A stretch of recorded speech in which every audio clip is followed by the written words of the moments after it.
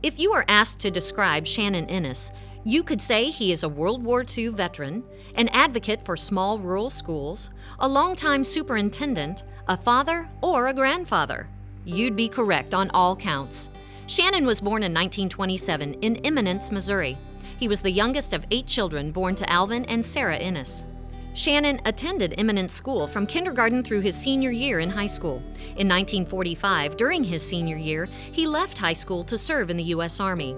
After 17 weeks of basic training in Texas, he served as the acting master tech sergeant during the German occupation.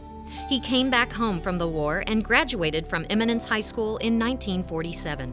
Shannon then attended the University of Missouri for a semester, but then left school to travel and work various jobs. He was dating Dorothy at the time, who was teaching at Big Cedar Hill School. Dorothy had appendicitis, and Shannon was her substitute teacher during her illness. That experience made him decide to pursue a career in education.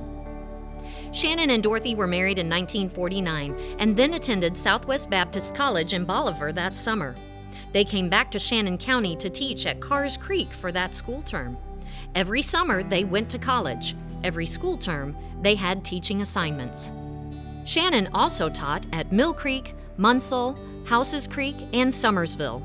He graduated with an associate's degree from Southwest Baptist in 1951 and then a bachelor's degree from then Southwest Missouri State University in Springfield in 1955.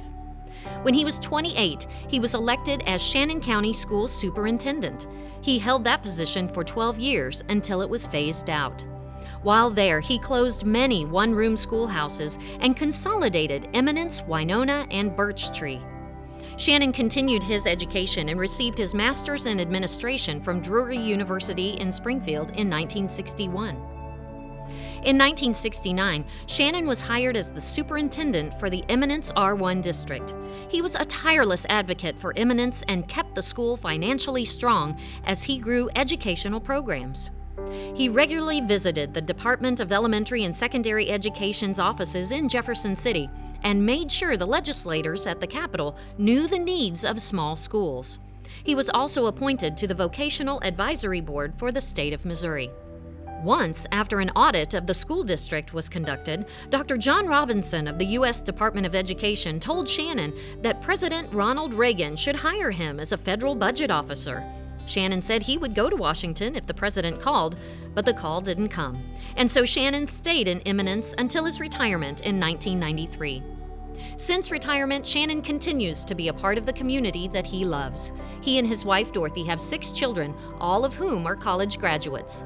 They also have 12 grandchildren and 5 great-grandchildren. As a leader in his community, Shannon touched many lives in those years, as well as in the 23 years since his retirement. He is a pioneer.